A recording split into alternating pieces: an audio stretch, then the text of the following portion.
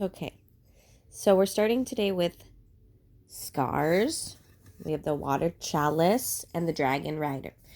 So obviously, we're talking about emotions when we're speaking about water. Water equals emotion.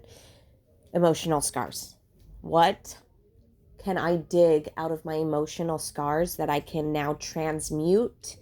And so, with this dragon rider here, this is about alchemizing and turning your pain into your power. What can I utilize from my own past experiences, the things that I've gone through, the things that maybe were what hurt me before or set me apart, and how can I turn it into something that's going to enrich my life and the lives of others around me?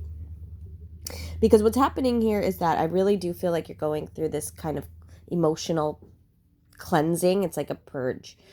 So maybe there was a lot of shadowy patterns that were coming up and out, but the weird thing to me is that it doesn't feel like it's like you were seeped in your shadow and acting out of ego. It's like these things were coming up to remind you of an old version of yourself that you used to be that you no longer are.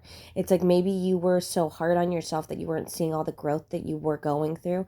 But now, getting this higher vantage point, you can look at the person you were when you were being affected by these emotional wounds and scars, and how you were coming off in the world to others, all kinds of things.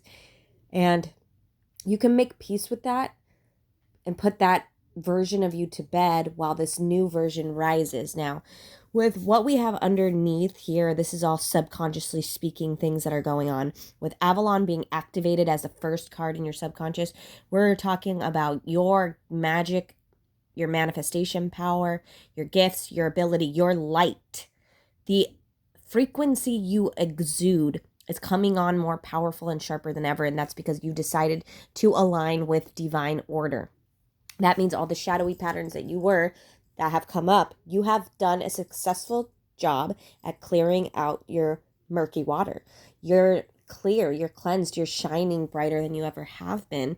And because of this, you're feeling a sense of peace and joy within and gratitude. And when you're in gratitude, everything just seems more magical.